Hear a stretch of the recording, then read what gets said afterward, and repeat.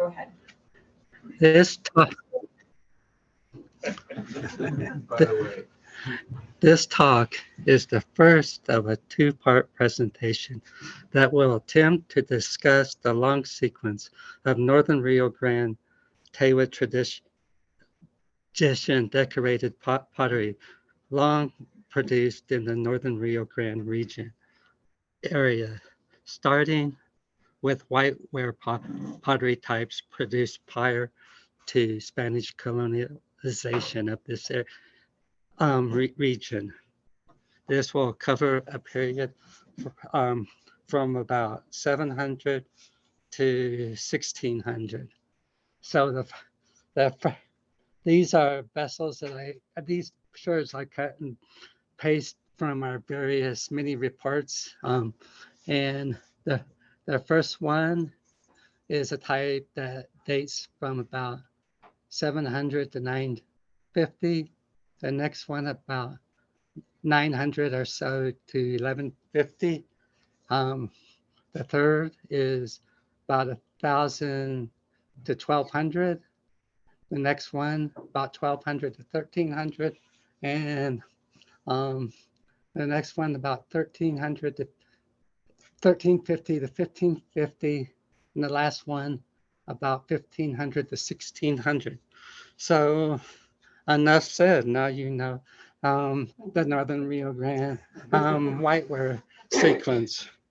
But if you want to know a little bit more, this presentation is largely based on studies and projects that I have been associated with during my 34 years as a researcher with the Office of Archaeological Studies and subsequently as a private consultant based here in Santa Fe. Information and ideas discussed here include data and images accumulated during the Pewaukee Project and several other investigations in the Tewa Basin and several small projects in the Chama Valley, north of Española. Discussions related to pottery from the Parita Plateau are primarily based on my experiences conducted on pottery from the Los Alamos National Laboratories, as well as insights based on examinations of vessels recovered from earlier projects conducted by the Museum of New Mexico in Bandelier National Monument. Many of the distributions here are based on examinations of numerous sherds and vessels recovered during excavations in downtown Santa Fe and other nearby sites in the Santa Fe Valley.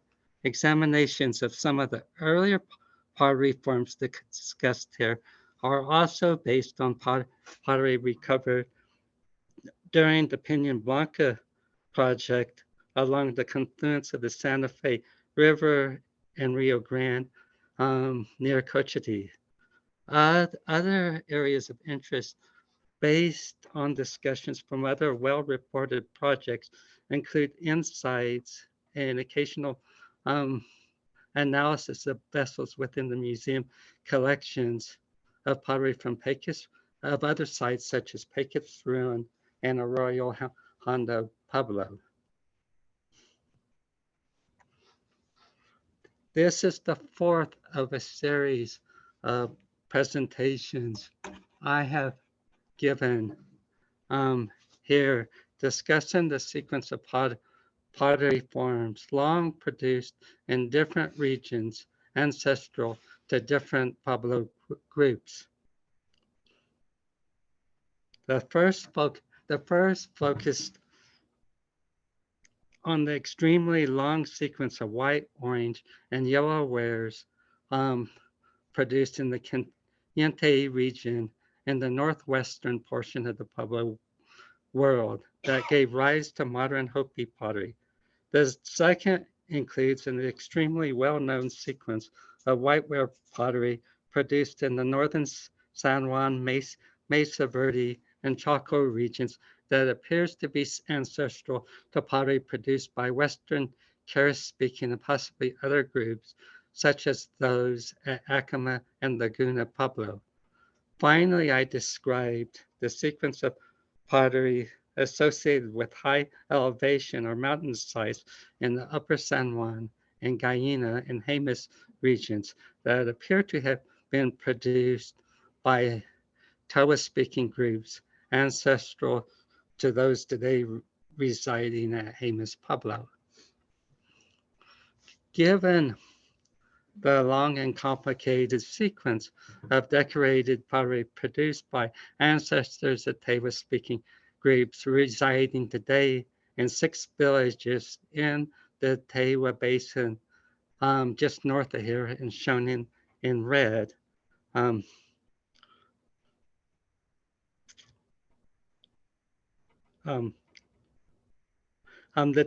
This presentation is divided into 2 different discussions. The first one is presented here and focuses on the white wares and a little bit on but just a bit on the associated gray wares too.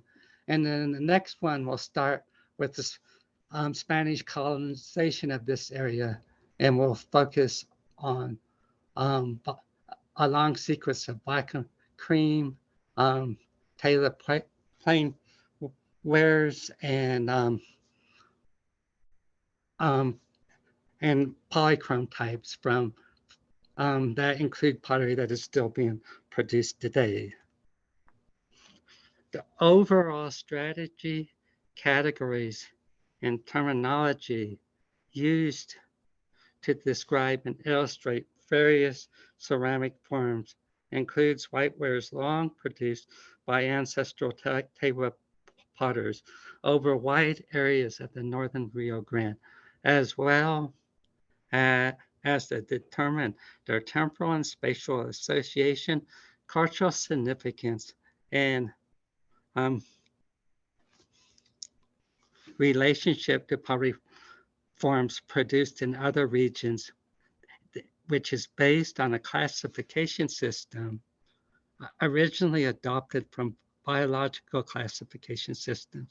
I have recently compiled, discussed, and illustrated information about types associated with different traditions and regions across New Mexico and some areas in adjacent states in a website described as the Pottery Typology Project, posted in the Office of Archaeological Studies website.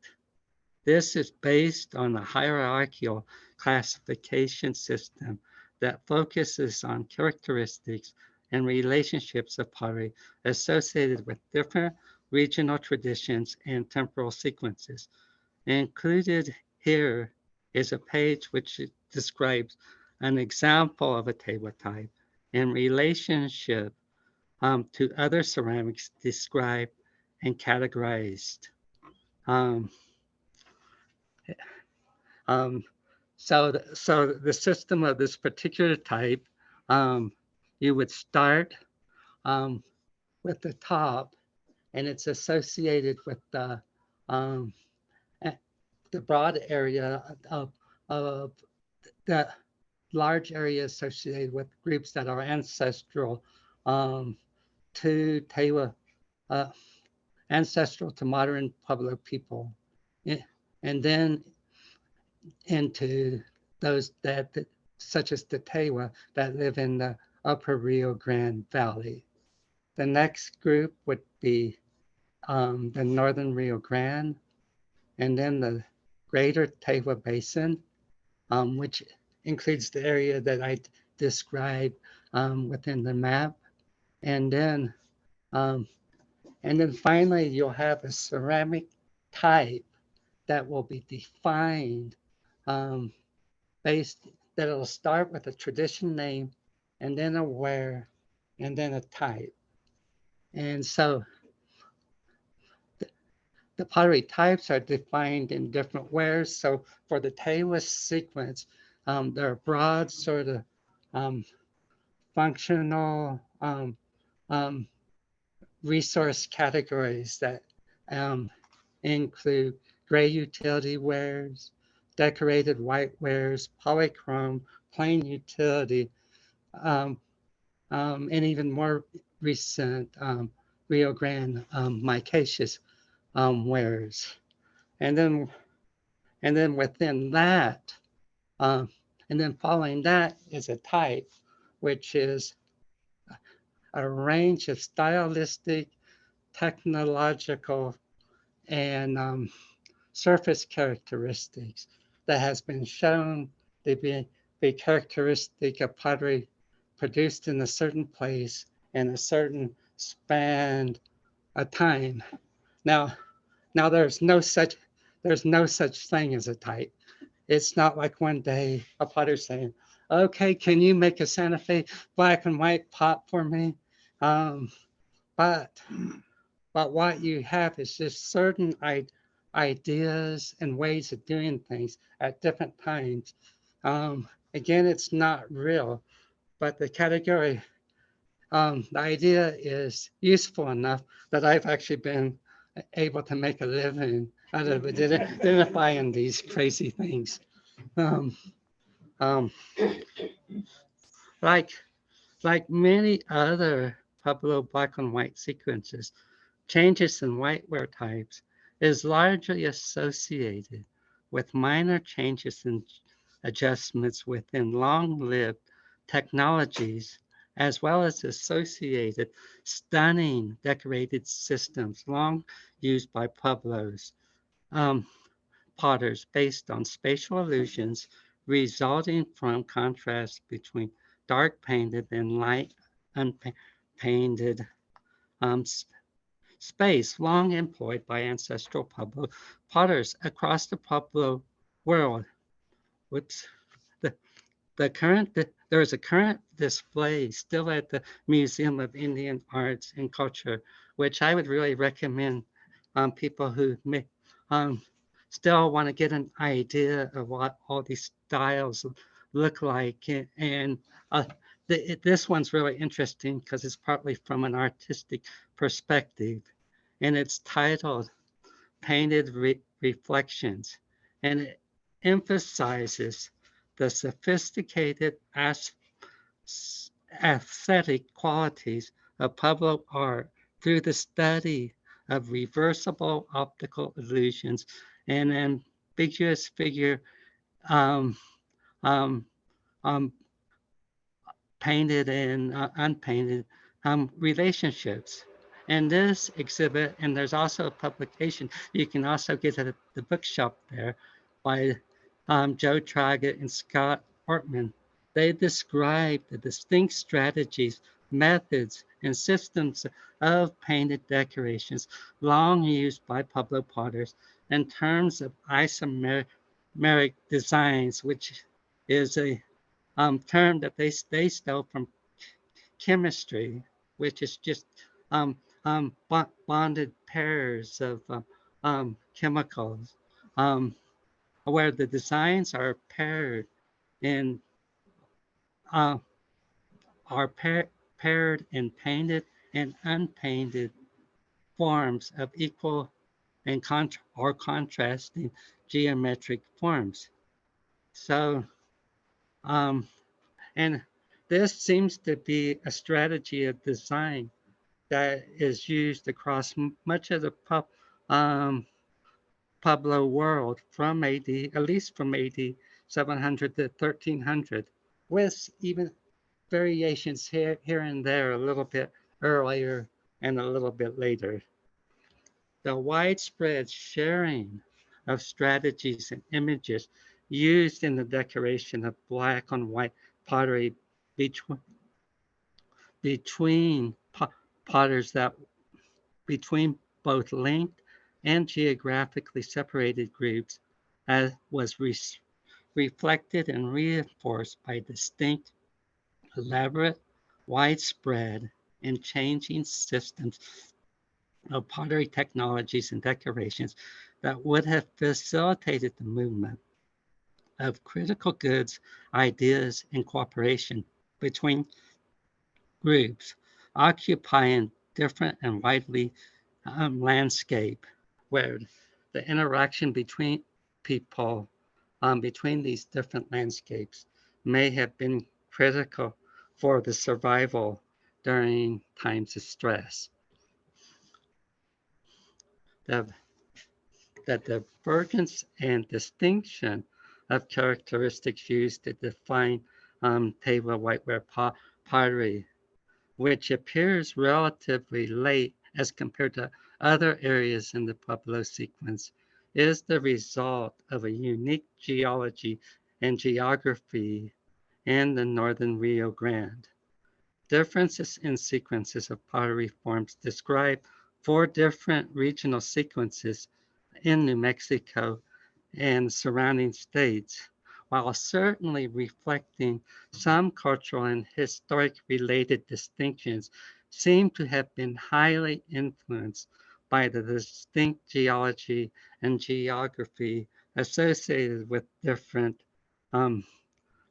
geological zones. The distinct geological provinces long occupied by ancestral Pueblo groups greatly influenced the available clays and agricultural potential of different areas at different times. The brown wares and distinct wares defined for the Magallanes region, for example, reflect the use of distinct volcanic clays, whether from the Dato volcanic field. For the area that we're talking about, um, the Rio Grande Rift, which goes sort of across the middle of New Mexico, is a north trending continental rift zone that separates the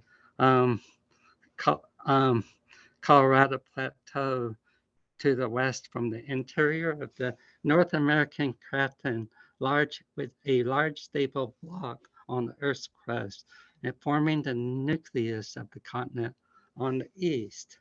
And so you can really get an idea that you're driving through this major scar on the Earth, and this is one of the sort of more amazing, probably geological features, probably on Earth. And so when you drive from Taos down to Las Cruces, you'll notice that you have mountains on both sides because the Earth is being pulled apart. And why is this important here? That we're in this zone. And the reason is the differences in the gray and white wares produced in regions such as to the west in the Colorado Plateau and to the east in the Galisteo Basin reflects the very distinct types of geological exposures associated with these different areas. These differences, along with distinctions in soil, topography, and elevation, greatly influence the history and contact between groups and areas, resulting in different agricultural potential during different periods, and dramatically influence the look and this quality and associated technology associated with pottery forms produced during different periods. Most of the clays then that we see out here are associated with the Santa Fe group, which is a series of geological formations in New Mexico and Colorado along the Rio Grande, deposited during the Oligocene through the Pleistocene epochs, consisting of a series of basin filling sedimentary and volcanic episodes that are usually these deep layers of pumice or tuff that like you'll see in Bandelier National Monument. And the characteristics of clays associated with these formations contrast dramatically with the earlier extremely fine shell clays that you find in areas that aren't covered with all this recent ado caused by the Rio Grande rift. So that in other areas you have shell clays, again, both in the Colorado Plateau and in the Galisteo Basin that are really fine. Um, um, they some of them are very low iron, and they were commonly exposed in different geological periods, particularly the Mesozoic era, with a lot of them also even more specifically associated with the Cretaceous periods, and are commonly exposed in the cliffs and mesas that cover the Colorado Plateau and the Galisteo Basin.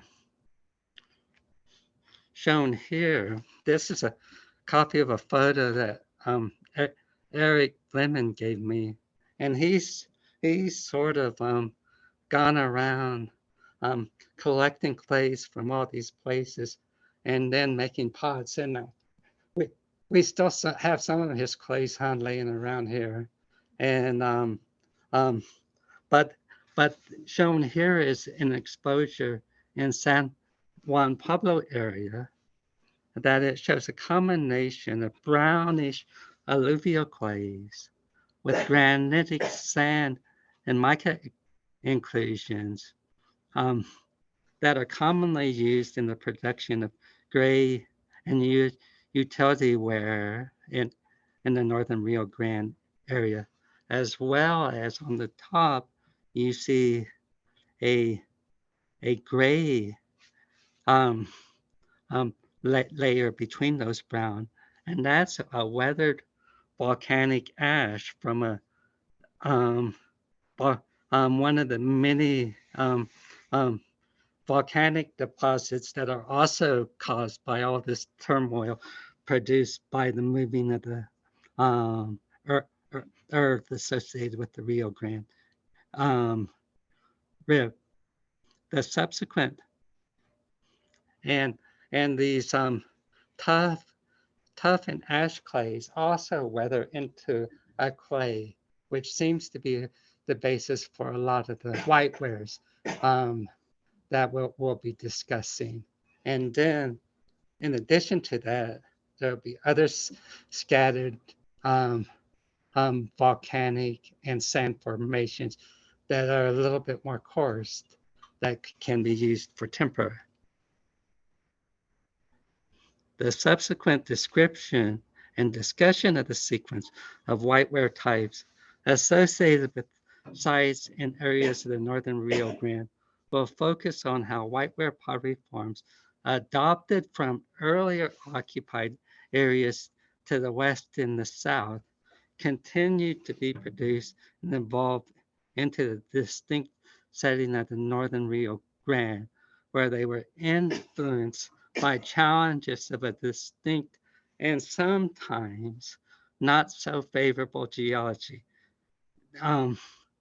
resulting in the continual production of whiteware forms adhering to previous established groups in new and challenging settings.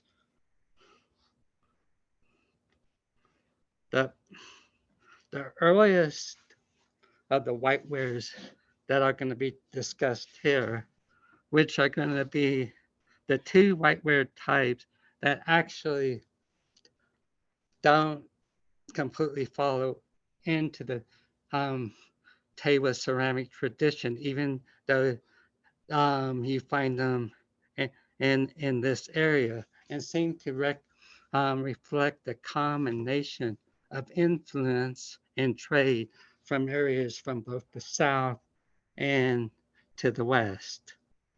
The earliest of these types has been termed San Marcial black on white, reflecting a type associated with the Rio Abajo tradition, which goes from about from roughly Albuquerque or the south down to TRC. Um, and it's associated, so it says traditions actually associated with the Middle Rio Grande region and is among the earliest whiteware types produced. And the only, it's generally quite rare in the area that we're discussing, and it's really just limited to the southernmost sort of area along the Santa Fe um, um, River. And um, where I really had a chance to look at these types was during the examination of pottery from the Pinon Blanca project that OAS did, which was on the Cochiti Reservation along the confluence of the Santa Fe River and the Rio Grande. This type refers to the earliest whiteware types known to have been produced in the Middle Rio Grande sometime beginning during the 7th century to the middle 10th century. Paste color ranges from yellow light to gray, and it has added alluvial sands and painted surfaces are unslipped. Forms are include a variety of forms that include seed jars and bowls. Decorations reflect the use of a thick mineral pigment that ranges from red, brown to black.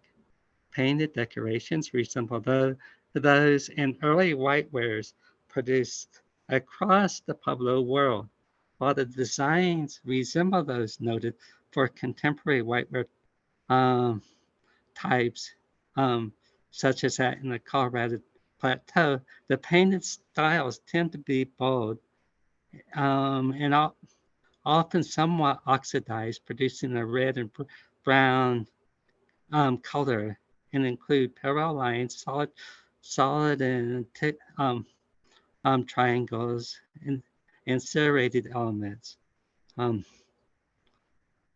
The overall orientation and pattern of these designs is often um, um, feels in a lot of oriented in a way that at some points of time more closely resembles the pottery produced in the Magallanes or Mimbres region.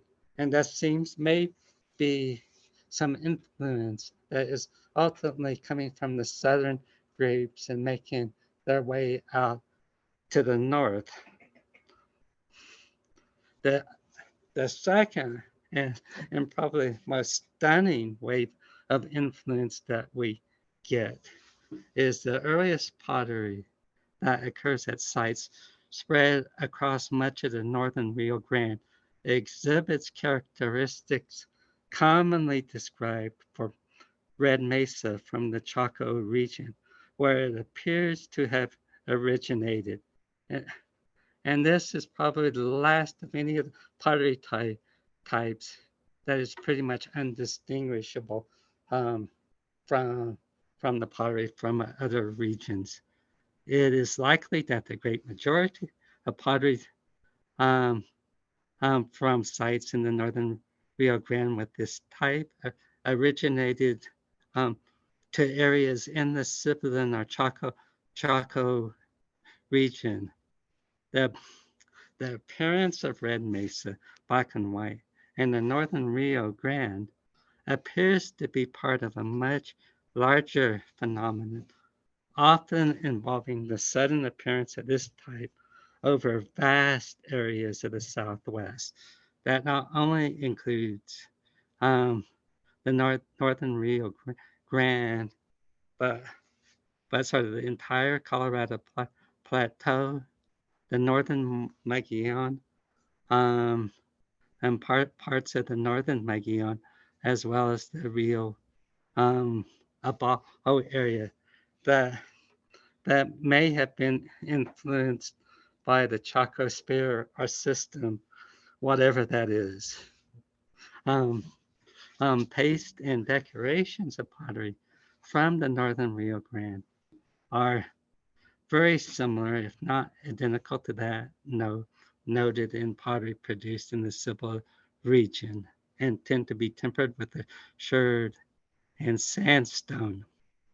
Um, um, the pottery is also decorated with a black mineral paint, which in itself is an amazing technical achievement, where they fire in a neutral atmosphere at a temperature and atmosphere that allows the fusion of the paint so that it doesn't come off. So the paint melts, and at the same time, they keep oxidation coming out of the air, so that it's black. And so a black, well fused paint is not an easy thing to do. Um, most people who try to replicate pottery struggle with this, and and and a lot of times when these technologies get transported, you can really see the challenge of doing this in new regions with new clays. And um, and then red mesa is represented by a wide range of bowl and jar forms and styles produced in northern Rio Grande are typical of the red mesa style. Design elements commonly associated with this type include a series of thin parallel lines, wavy or squiggle lines, pendant dots, but the real and ribbons of squiggle hatchers. The interesting thing is how all these sort of elements combine together in stunning combinations in a series of geometric opposing um, sections, and these are often divided in quarter sections that are divided by narrow lines. The so during the early sequence, you have sort of Chaco-like red mesa, and then you have other types that come out later from Chaco that are often divided into different styles, like Gallup Chaco, Perco, and Excavada, black and white. But at some time, um, the these types, these styles, and the system of decoration is incorporated into a local type called Quahi black and white, which is the first pottery form that is clearly manufactured in the Northern Rio Grande region. Um, Rare examples of pottery exhibiting styles or decorations described for red mesa black and white sometimes exhibit paste of local manufacture, and these have been noted as an array variety of quahi. This type is the first type that is widely spread and associated with pit house and akal room block villages scattered over much of the Rio Grande.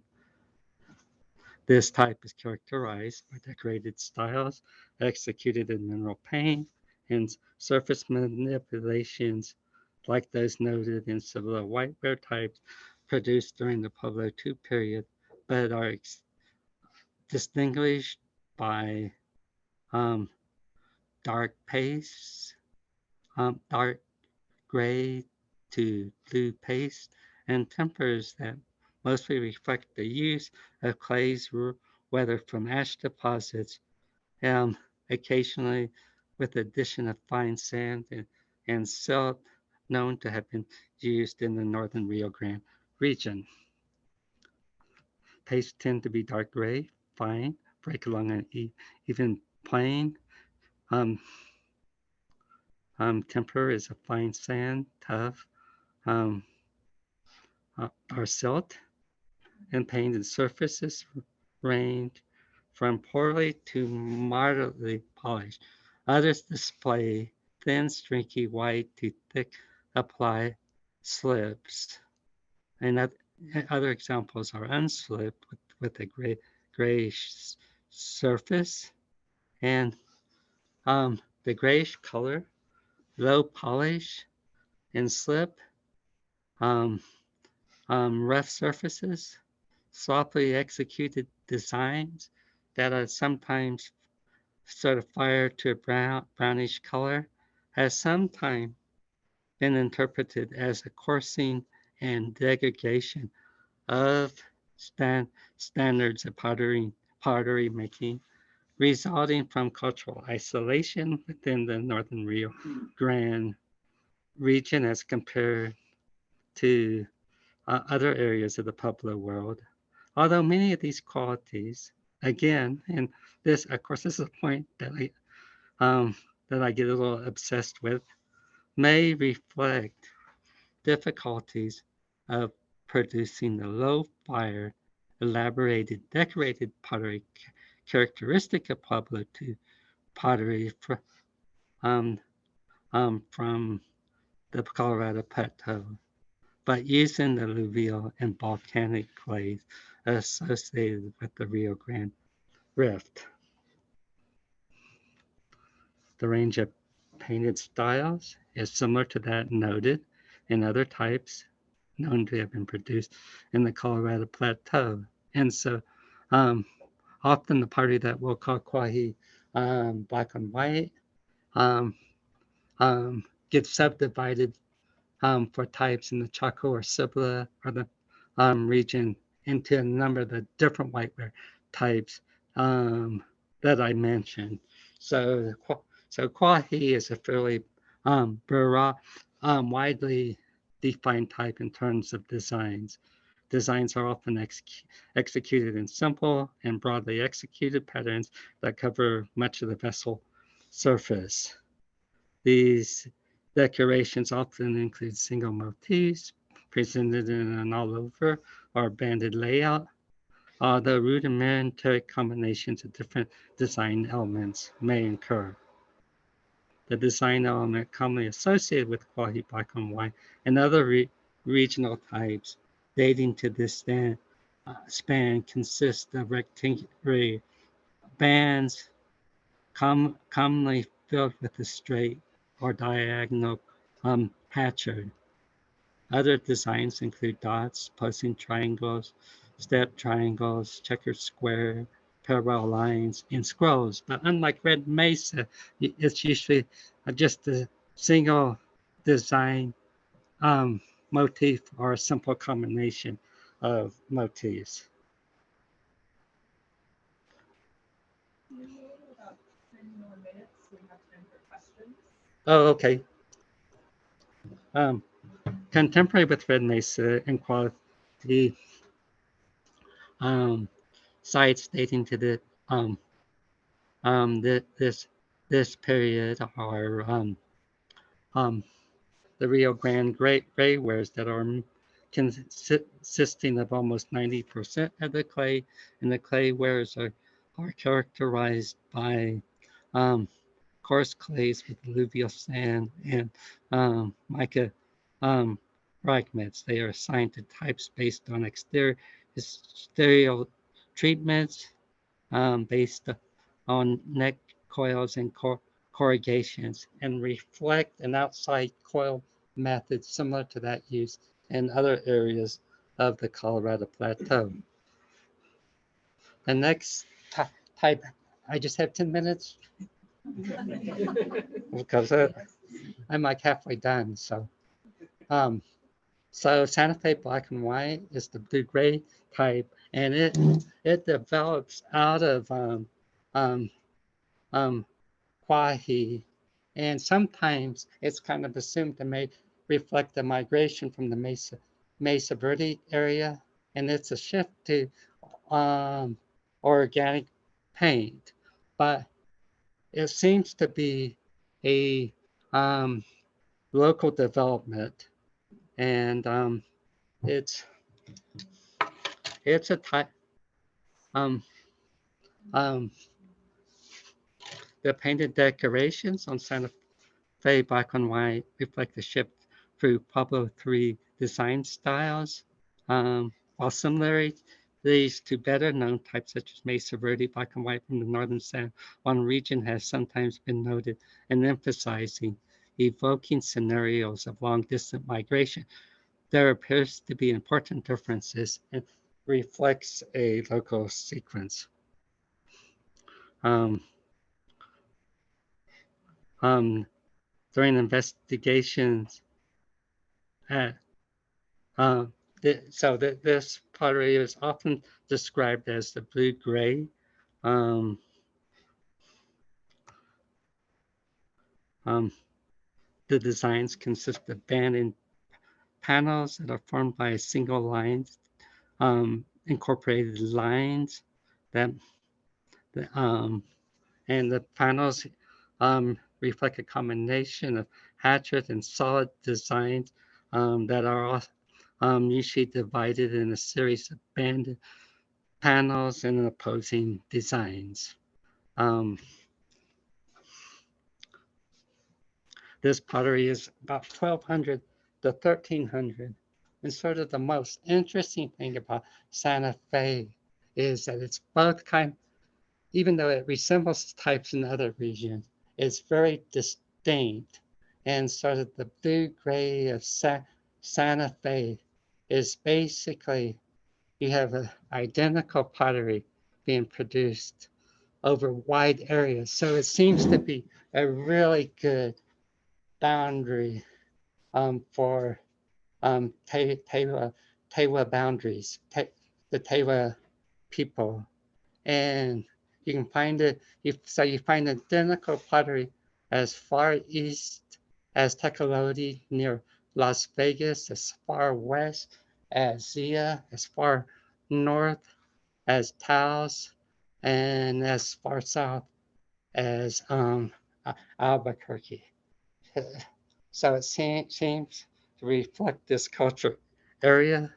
And like I said, um, Santa Fe is almost completely consists of bows, um, um, which contrasts sort of with the variation of stuff that you see at Mesa Verde. So So again, making it seem like there's not this Mesa Verde influence, although we have to show the one mug, which is a Mesa Verde characteristic that we found in the Santa Fe Plaza. Net. So if you take this area that we see here, um, that entire area would be Santa Fe. About 1300 to 1350, there's this differentiation between different regions, and you get um, um, so you start getting these aerial variations or sub varieties of Santa Fe, black and white. Yeah. Um, and this resulted in the recognition of varieties, and appears to be um, indicate a transition between the coalition period that represents the emergence of kinship based alliances that provided for buffing and sharing of resources within villages. Um, this is the first type in this sequence called Rio or biscuitoid, and this is the transition type to later biscuit wares. It has very fine paste, a greasy surface. This is a local variation of kind of a crude type called Pindy black and white, which is the late variety produced in the Santa Fe area. And again, sort of reflects the challenges of producing black and white pottery with Rio Grande Rift resources. And finally, Galisteo Basin, which is kind of looks like Mesa Verde. And some people say, oh, now we have a Mesa Verde migration. But more likely, what you're probably seeing is potters using the same types of shale and marine Cretaceous clays that are also outcropped in the Mesa Verde and Chaco area.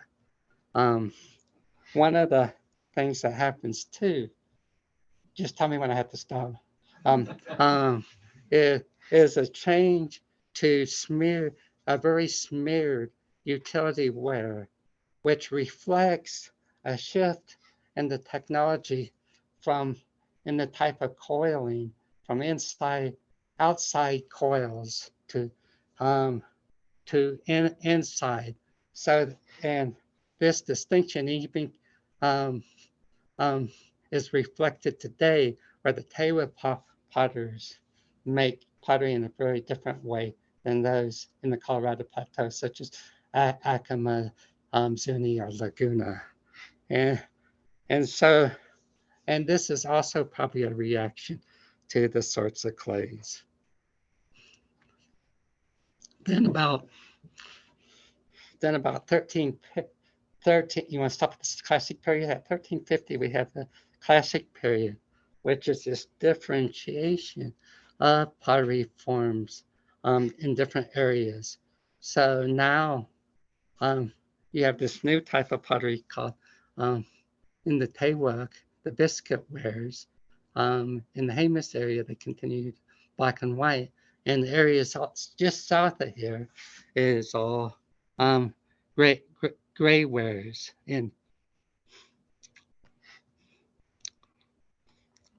But what we're interested in is the biscuit wares.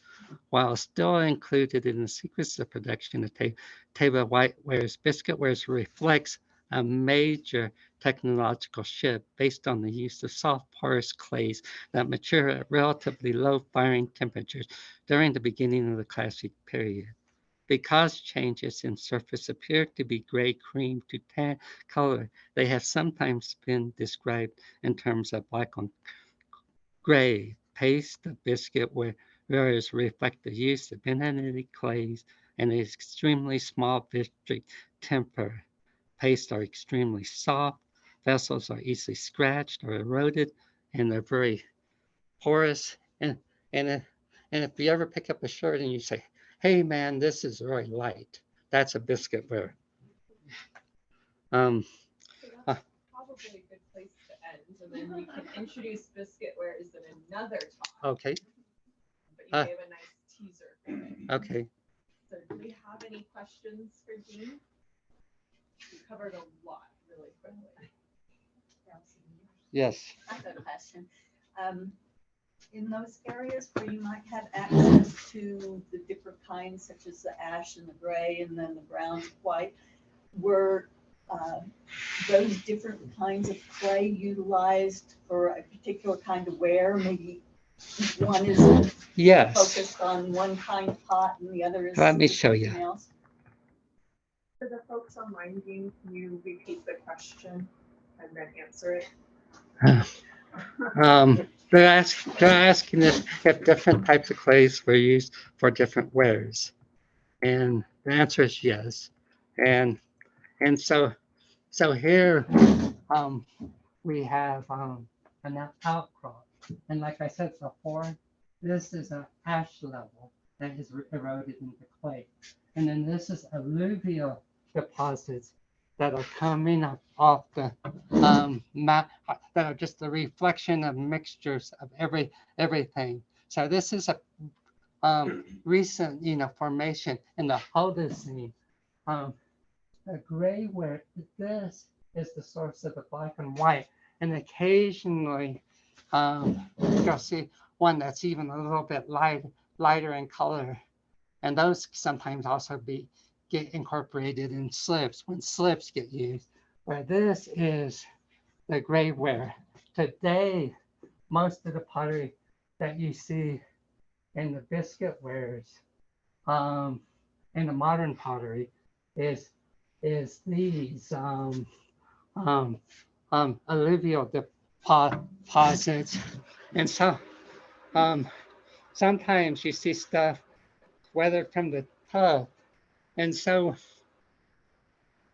when and this stuff can be extreme extremely hard and to dig out. So when you hear Tewa Pueblo complaining about not being able to get enough men to dig out the pottery, it's the clays. It's because they're trying to get out these really tough geological clays that are sometimes weathered from tubs. So does that answer your question? That would work, thank you. Yeah. Yes. So I was kind of under the impression always that different cultures had different symbols and designs that meant something to their group, We did. and yet The answer you is didn't mention anything about that, or it seemed like the design stretched. the reason I didn't mention that is Shelby made me stop too soon.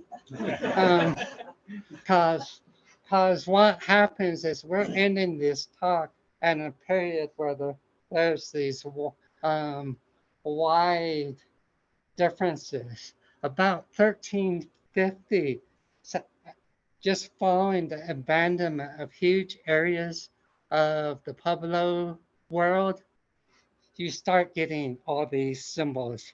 The one, so I didn't, one thing I didn't get to talk about, and I'll talk about, I guess, in the next talk, is the things that you get in during the classic period that sometimes, and I guess spoiler alert, while these get called awanyus, I think they're grizzly bear paws, but we'll talk about that later. Anything else? So all of these are coiled pots, and you said some of them were interior and some were Okay. exterior? Everything is coiled. And across the Pueblo world, you have a coil technique where you stack the coils on the outside that overlapping. And that's characteristic of pottery until 1350 or so, produced in almost all Pueblo regions. Then there's a shift in the Tewa area where they make it different. In fact, the coils on the inside and obliterate them. So you can no longer have natural corrugations. So so when museum people used to try to say, okay, ask Tewa potters to make corrugated pottery, they couldn't do it. They had to smooth it, and then they said, oh, okay, and then they would have to scratch out. And then in the later talk, I'll also talk about some of the Pueblo forms that show sort of this struggle. And so, and that technology, like several other things that start happening later, including the use of some of these more symbolic designs, maybe in the past, archaeologists have attributed it to Mesoamerica, but it might be more coming from the plains. So what is the difference between interior coils and exterior coils? It's just how and where you rub out the coils. And so whether you do it on the inside or the outside, um, um, it's it's kind of hard to explain until you actually see it demonstrated. So they only smooth it on one side, not the other? Yeah, well, yes and no. Yeah. So if you're making a utility wear, right, you smooth it on the inside, and sometimes you can leave the outside coil. You don't get as much evidence of the technique on the white wares because you go back, right, and you also smooth the outside. So it's the timing of where where and when you smooth the coils in different pottery making techniques. Yes. Was the pottery making techniques here similar to others outside the Pueblos across the United States, or did they make it somewhat differently here Yes, than other places? Early on, the Pueblos made it all in the same way, and then the Tewa was differentiated, still modern, but modern um, um, potters and still historic potters in the plains seem to have always used the inside coil, which is later used in the technique. And then you have other groups like the Hokan, which are related to the Pima and um, Papago with paddle and amble and inside coil. So it's kind even though this talk was about whitewares, the reason I mentioned that and as evidenced on the coil, it's a really important sort of cultural um, diagnostic of origins and contact. And so the Tewa come out of this tradition of pottery that's made across the Pueblo world, but then they adopted this technique associated with different areas, which is pretty dramatic, that that you would make at this point, you make pottery. And kind of to your earlier question, is right when that happens, like I say, if this talk would have went on, you would also see that the pottery is looking really, really different than that produced in other pueblos. Any other questions?